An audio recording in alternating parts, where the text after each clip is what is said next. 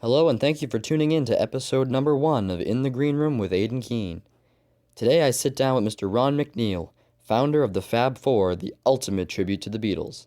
Let's jump right into it. Welcome to episode number 1 of In the Green Room with Aidan Keene. On this show, I'll be sitting down with tribute artists and renowned musicians to discuss their careers, their projects, and pretty much everything in between. And today I'm joined by Mr. Ron McNeil, a very accomplished John Lennon tribute artist and the founder of Emmy Award-winning tribute band the Fab Four. Ron, thank you so much for joining me today. Thank you, Aidan. It's a pleasure to be on. So I'd like to start at the beginning, if that's okay with you. What first drew you to music, and more specifically to John Lennon and the Beatles? Well, I grew up listening to my sister's records, my older sister's records, and basically I borrowed them and never gave them back. So they were listening to a lot of Beatles and Monkees and Paul Revere and the Raiders and different artists from the '60s, and that's kind of what I grew up with. And later I realized, sorry, I got the dogs coming in and out, but It's okay. hopefully that makes for a better podcast. Make it look make it look personable. Look, if I if I get out of words, here's McCartney. Come here, come here. I know you can't see him. That's McCartney. Lennon's over there, and Tate is down here by my feet. But yeah, I just started listening to their records, and then later I realized that I wanted to perform some of that music or learn how they played that music, and I started learning. My dad bought me a little guitar. My he also bought me a keyboard, and I just started learning all by ear. I really didn't have much training. And then I started getting a little more training after I was, was familiar with the keyboard and familiar with the guitar, and but not much. I did most of it by ear, and so that's my background into it. Really, just felt, as well as I do, by the albums on the back here, and by the albums on the back of your screen, you can see that once you buy one Beatles album, you just keep buying them all, and then start learning all those songs. And that was, magic for me as a kid, learning those songs. That's how I've done it too as a musician. I've learned it by ear, and I love playing along with the albums, so that's always a fun challenge, especially with some of the later Beatles stuff. Yeah. Revolvers was the one time I thought about giving up guitar, but I never did though. What a great album. Yeah. I love it. So obviously this brought you to creating the Fab Four, which is probably it is my favorite tribute band of all time. I've seen you guys at least 10 times. Oh, thank you. But And checks in the mail. so how did that idea come about in terms of starting a Beatles tribute band? Well, along with learning all of the Beatles tunes, I heard about this show called Beatlemania, which was playing when I lived in LA. It was a full Broadway show in the late '70s, early '80s. Mhm. And my dad took me to see the show as a kid, and I thought, because at that time all the Beatles were still alive. I was just a kid, but all the Beatles were still alive. And Right. so it was like, you know, here were four guys who were the Beatles but weren't the Beatles. I'm like, how does this work? It was a strange thing. This whole tribute thing wasn't a thing back then. I mean, maybe there was Elvis guys, and but that was pretty much it. There wasn't anything like this. Now there's a tribute to every group on the planet. Tribute to Rat. You remember that that band from the Yeah. '80s? They had like two hits. So I mean, it's crazy. But I was looking at the guys thinking, all this music I learned, is a possibility to have a job doing this. And so a few years later, I went to a Beatles convention in LA, Beatles Fest in LA, Beatle Fest, and saw Arty up there playing with his band. He was playing right-handed at the time, Oh. and it wasn't even a Beatles band, it was just his buddies, his original band, Mhm. and they did a couple of Beatles covers. Well, they did Coming Up by Paul McCartney, and I couldn't believe his voice. It was so much like Paul McCartney's. The hair on the back of my neck stood up. I was like, this is crazy. How does somebody sound that much like Paul McCartney? And a few years later, we got together and formed the group based on the idea of Beatlemania and based off the idea of being a tribute band. And then, of course, tribute bands started to take off, and that just exploded. Wow. That's great. And Artie is unbelievable. I remember when I first saw Yes. you guys, it was it was you and Arty and Gavin and Eric. So it was I think that was one of the probably not the original lineup, but was a close around that. You've Yeah, had that's quite a what few.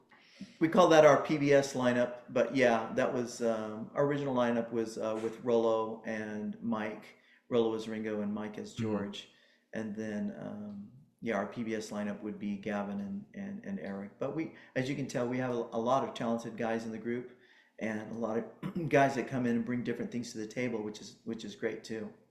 Yeah, and that PBS lineup won an Emmy Award, right? That's right. It's right back Which there. is Oh wait, that's it. over there. Yep. That's awesome. So yeah, That must have meant a lot to you guys as a group to have won that. it did. I mean, as an artist, you want to win a Grammy, but I'll take an Emmy either way. Either way, I'll Yeah. do it. Yeah. And I was wondering too, because I was thinking about I interviewed one of my brother Elvis tribute artists today earlier, because that's what I do. I got my Elvis burns, man. That's awesome. That's right, man. Go I've ahead. been doing that for about 15 years and just Wow, 15 years. You don't even look that old. How old I'm are only you? 20. I've been doing it since I was 5. Oh my gosh. Yeah, wow. But That's I've fabulous. I've really realized that the legacy that all of these artists have left behind, and I'm just curious, what do you think makes the Beatles' legacy so timeless across generations? Mine and even before me. It's crazy, isn't it?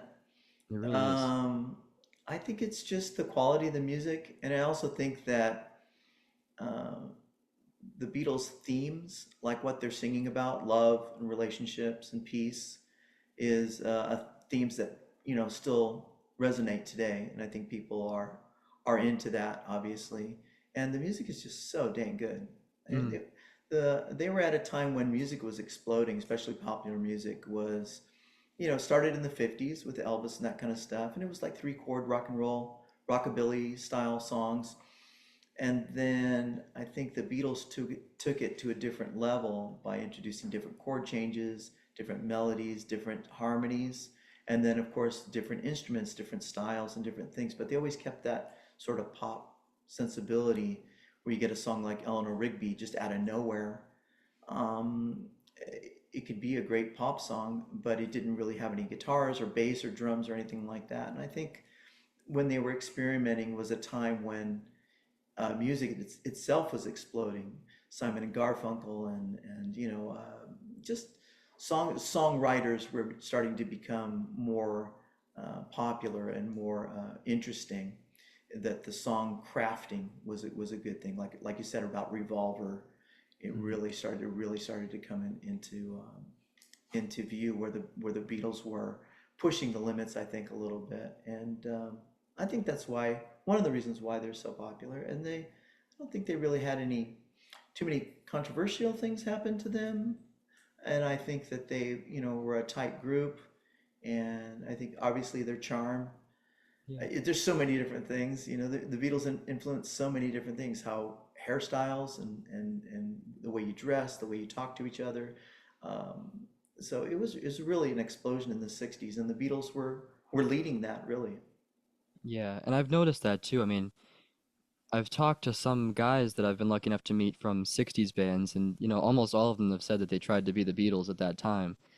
Yeah. Um, I mean, next week I'm going to be having Dennis Tufano from the Buckinghams on here, so Oh, cool. I'm interested to see how, they were with the Beatles, but I've got to talk to Peter Noon, and he said the same similar things, and there were just so many great bands from the 60s, but the Beatles really drove it home, Yeah. and they're heroes of mine for sure. In Yeah. fact, I came to see you guys a couple weeks ago in Hampton Beach. Yeah, I saw you down there. Let's Yeah, and I go. met a Yeah. lady that was there, and she was 96 years old, Wow. and she said that she was John Lennon's biggest fan. Oh yeah. So it goes a long way. Isn't it weird? Yeah, but it's great though because it just keeps it alive. Yeah, I love Peter Noon. His show is great. I don't know if you ever Yeah, had a chance to go see him, but he's really amazing. we And did. And another person that I got to see and meet, which kind of segues into my next topic, was Micky Dolenz. oh yeah. And I know you have a history with Micky Dolenz, right? Maybe in the Monkees. Yep. So I'd love to hear more about your newest project, the Monkey Men, Yeah. because I'm a huge Monkees fan. So what can you tell us about that? Well, from the time I was learning how to play the Beatles songs, I was learning to play the Monkees songs as well. And they were always, the Monkees actually introduced me to the Beatles because I was too little to really understand what was going on. I'm already too late watching the Monkees in reruns. So, like I missed that whole thing, but again, my older sisters were part of that. But so I always wanted to do, when the Fab Four started, I thought, wouldn't it be cool to have a Monkees thing like this as well? But man, 30 years down the road, it never seemed like it was a good time. And then I started to um, step down a little bit and not do as many shows with the Fab Four. And I realized this might be a good time to go ahead and give this a try. If I'm going to do it, I better do it soon. And so that's what we did. And like I said, I called my little brother who plays Davey in the group, and we started to get it going. And we're just starting to get that off the ground now. But I told Micky about it. You know, we did a whole tour with Micky and Mark Lindsay from Paul Revere and the Raiders, Oh, and that was called well, it was called a couple of different things depending on at what point you saw the show. It was called 50 Summers of Love at one point, then it was called The Sounds of the 60s, and then the 60s Sound. So you can find that stuff on YouTube. But yeah, that was a fun show. So we did Beatles, Monkees, and Raiders, and that was a really cool thing. And then later, right after COVID, the Monkey Men guys actually got to play a couple shows with Micky, backing him up. So, because all of our Monkey guys mhm. are all Beatle guys. Right. So, Yeah. yeah, so we have enough guys to put at least one Beatles show together. So that's what we did. We came out with Frank, my brother as Paul, Mhm. myself as John, and then Doug as George. And then we put Josh, who plays everything. He's played all four Beatles. We put Josh back there as Ringo. And Mhm. so we did a Beatles set and then said, now here he is, Micky Dolenz. And then Micky came out and we played Monkey songs. So that was a lot of fun. So, and we told Micky about it, and he's cool with it. He was just like, well, the first thing he said was, who's playing me? And so I had to show him a picture real quick of, who he goes, oh, okay, he's a good looking kid. That's cool. So that was fun. Yeah, and another question that I had too, because as a tribute artist, I'm always trying to change my shows up, and make it as memorable but as accurate as it can be. So when you're putting together a show, whether it be the Fab Four or the Monkey Men, what's your process like in terms of recreating something that happened, a specific show or an era? Is that something you think about, or do you kind of just try to do everything that you can in one show? Well, as our overall show goes, I've had a lot of training as far as writing shows and how shows should flow and different things like that, where to put a joke, where to put something serious. And so we've taken that whole almost 30 years to write that show. And then recently, we've been asked to sort of change it up a little bit so that audiences have a little bit more, can see a little bit more of our depth. Because, like, as an Elvis artist, you probably know a lot of songs that people probably don't know, Right. or some of your favorites, but they're kind of hidden on some album tracks or whatever. Mhm. So we've been asked to do these themed shows, which the first one was Rubber Soul. So we just did the whole album in the first set, and then did our Sergeant Pepper and stuff in the later. And then last year it was Meet the Beatles, and so we did all of that album along with all the songs that they did on the Ed Sullivan Show. And then next year I think it's Help. So we're gonna do so we try to change it up a little bit, but that is the kind of that's the balance, right? How much Mhm. stuff do we can we put into a show that the Beatles actually did, but still keep our current audience? I'll give you an example. The Beatles every year, well, 64 and 65, they only toured 3 years, Right. but 64 and 65, they always opened with Twist and Shout. Now, as a tribute artist, you're not going to open with that's what I would call a five. Your song's being rated 1 through 5. One is Yesterday, five is Twist and Shout. You don't open with a five. Right. That's the way it goes. You don't open with your best number. Mhm. If you want to do it really authentic, then you open with Twist and Shout. But who's people are going to leave? You're going to play 20 minutes, and people are going to go, what is this? Yeah. So there's that authenticity. Then there's the authenticity of, well, what are we trying to do? Because we're not the Beatles, we're the Fab Four, a tribute to the Beatles. So there's a lot of things we have to cover that the Beatles didn't have to cover, and Right. would never have covered. anything with Sergeant Pepper or anything like that. They never would even tried to do. So it's a lot of that, trying to pick different pieces of what they did as a group or in their history, like from their movies. We have a little bit of who's that little old man and all that stuff. We try to put some of that into our show that would also work on stage. If we just said, who's that little old man? There's no little old man on stage besides myself. Then you would, then people would be going, what is this? So Right. it's that whole balance of trying to find the best of what they did, along with what the best of what we can do, and give people the Fab Four show. Not necessarily the Beatles, but it's something that represents their career and gives everyone sort of the best part of the Beatles' career. Right. And I was thinking that too, because I mean, like you said, they only toured for 3 years. So if you were just being like a touring years band, it would be a short show, I suppose. But I mean, what you guys do is amazing. I mean, going through the three eras. I mean, well, actually, you guys do four changes, I think, on stage, right? So, Hmm. I mean, it just makes it so much better, and it's so awesome every time. Thank you. Um, but yeah, I know what you mean about keeping that balance too, because it's, you know, that's Yeah, how many important. how many eras can you come out as Elvis? Like countless, right? I do four, but Yeah, yeah, I could do. you could do countless, right? Yeah, Every movie, exactly. every time he stepped on stage in a different outfit, every single Hmm. time he did this here, he did that there, he did that in Vegas, he did this in a movie. So you have to keep that balance. Well, what do people remember? What do I have time for? What even makes sense in my show? We're just having a discussion. I'm not going to call it an argument about our help show coming up because we want to do as authentic as possible, but we also have a time limit. We can't. We're not. We're not magic. We can't just change costumes in the middle of nowhere. We Right, can't just fly in the air or whatever. Or we can't paint Ringo red and then have the red come off somehow. So it's a right, lot of those different things that you have to weigh and give people enough entertainment that it works. right. And that's one thing. When you guys were doing the COVID live stream shows, I loved them because it was different every time, and I gotta say, you guys got me through a lot, COVID. I was joining every time you had one, and Great. So you were that was one of the really cool. 12 people watching. That's cool. I I was, really. I was, and and that's another thing too, because there was a period where I kind of, when I was really focusing on the Elvis stuff, I steered away from the Beatles a little bit, which I'm never doing again because I can't live without the Beatles. But when you guys would do some songs that I'd be like, wow, I've never heard this one before, and that was really cool to learn new stuff from you guys, and Sure. now some of those are my favorite songs. So, um, another question I have for you, which I ask everybody because I always like to learn more from people.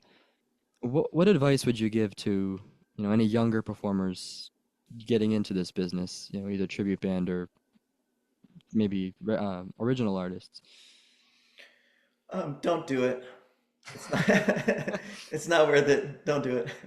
Too much heartache. Sweet. No, I would say, most of the bands and most of the artists do their homework. So saying do your homework is just that's just dumb. Everybody, everything Elvis has ever done. Every movie's made. All that stuff. So um, for Beatles bands, and I think bands that are focused more on like vocals, because like your vocals are excellent. That's you've obviously taken the time to learn that. You have that sort of growl where Elvis has that growl. A lot of guys don't have that, which is really cool. Um, but I would say focus on the vocals. The vocals seem because the vocals are what people remember. And if you're doing a live version, not my favorite thing. A lot of Yeah. Beatles bands do a live version of Beatles songs, or some other group is doing a live version of something. Like Stones bands do that a lot. I'm like, satisfaction with the horns and stuff. It's like people want to hear, Right. they want to hear, Right. they don't really want to hear that. Most people don't know that. That's the thing you have to realize as a tribute artist. You're the biggest fan there. Hmm. You are the biggest fan there. We were having that discussion just on our WhatsApp thread. Hmm. So you have to realize who is your audience. I think concentrate on the vocals, learn who your audience is, and try to play to them. I think that would probably be a good place to start because a lot of people don't, like you said, we were doing songs in the live streams that you didn't know. We do some of those songs on stage. Hmm. 98% of the people aren't going to know what that is. And unless it has some kind of meaning or some kind of message or some kind of moment in the song, um, John Lennon writing Julia for his mom. Okay, there you go. There's a story right there, right? Maybe Yeah. they may not know Julia, but they're listening to it going, wow, that's a great song. So, but if they don't know the story, it might just kind of go over their heads. Right. So that's what I would concentrate on the vocals and I would concentrate on what your audience is looking for. Why did people pull money out of their pockets to, out of their purses and wallets to see you? What are they expecting? And hopefully meet those expectations and dare I say, beat them, exceed them. That would be, that would be my advice. Yeah, I mean, and when a lot of times the ultimate compliment from anyone is when they say, oh, I saw Elvis, or in your case, oh, I saw the Beatles, and you guys brought me back there. That's the coolest thing to hear because, as a 20-year-old little guy doing Elvis, I mean, to hear that is really cool, and you like to think that they mean that. Well, yeah, I mean, I've seen bad Beatles groups and people say the same thing to them, Yeah. but you like to think that your quality is you're maintaining the quality and you're presenting something to people that, like you said, evokes that memory because that's really all you are. All you are is a mirror to these people's memories, and the closer you do it to the record or what they're envisioning, then the closer the memory becomes, the more vivid the memory becomes. And you're just a vehicle really to their own memories. Right. And that's my biggest joy in the business is bringing people back because seeing the smiles, it makes it all worth it. Um, Definitely. and that's the best part of what I do and what we do, I think. And then, I only have a couple more questions. I actually did move a lot quicker than I have all day. But No I'm worries. curious to know, looking back on your entire career, um, what are you most proud of? Anything? Ooh, wow. I mean, that's a lot to say. We've been a lot of places and done a lot of things. I mean, obviously the Emmy is Mm, one of our proudest things. I think our Christmas album is something that we're very proud of. I have it. I love it. Yeah, good, good. Another one of the 12 people that have that. Um, and yeah, and just playing for people that, like you said, are a little different that can appreciate certain things. We played for, a lot of celebrities when I moved to St. Louis, but when we were in LA, we played for a lot of celebrities, Mhm. including people that, I mean, there's obvious celebrities that you play for who are going to be influenced by the Beatles. We played for Kiss, and Gene Simmons was just so enamored by Arty and just what we did. And so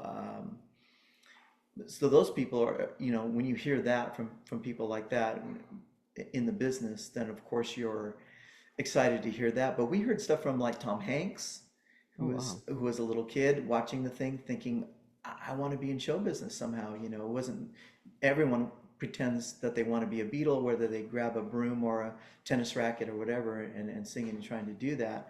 But also other people in the other parts of the industry that you don't think hit a nerve, but the Beatles hit a nerve with everyone, and that's kind of cool. Those are the kind of some of my favorite memories. That's awesome. That's really awesome. And then the other thing too, I was telling some people about that are in my age group that will be listening to this, that you guys played a pretty instrumental role in the Beatles rock band game. That's right. That's right. Yeah, more people your age would probably know me from that. But yeah, so they were making the game, and they didn't tell us what it was for, but they had us miming to each song, including where they could see where the chords were, Mhm. and they said play it as accurately as you can and sing it, and yeah, so we did all the motion capture for that, mocap, as they say in the business. You know what I'm saying? And so, yeah, that was very flattering. And then we were called later to do the Yellow Submarine picture movie, which never got finished. Mm. And so we did a lot of motion capture for that as well. But that's very flattering that somebody thinks you're, you know, good enough at your job to mimic the Beatles movements to have them in a film. Also, we had two of our guys, Gavin and Eric, also did the motion capture for the Love Show in Las Vegas. Oh, So wow. there was a scene where I guess the Beatles come up, the first scene where the Beatles come up and play Get Back on the rooftop, and Mhm. they were like holograms or whatever, and so they did the motion capture for that too. So a lot of that stuff is flattering. Anytime anybody calls you to do a project, you just feel like, wow, and you think I'm that good at the job that you're calling me to do this. So those are very flattering. Yeah, that's awesome. It's really cool too that you were able to do that. That must have been quite a process. And we got paid. That's That there was you cool go. too. That's even better. Yeah, it's an awesome. I used to play that game and I had no idea actually about that until fairly recently when I was doing my homework and then I saw I that. like that. You're off to a good start. Doing your homework is a good start. Yeah, I mean I gotta do something, keep me busy. But this I wanted to reach out to you to get you on here because like I said, I've been going to concerts all my life, but you guys were my first concert. Wow. You were my first real concert that I went to. I was 7 years old. Wow. Do you want And your money back or is oh it? no, no, no, I loved it. That was at the South Shore Music Circus in Cohasset, and Oh yeah. Okay. I've been going every year, multiple times a year. You guys are coming back to Plymouth, I think, in October. I'll be there. So. Yeah, you don't have to make me feel old, dude. It's Oh cool. no, Don't worry no, about I'm not. it. You I'm know, joking. I'm I'm just joking. you guys have meant a lot to me.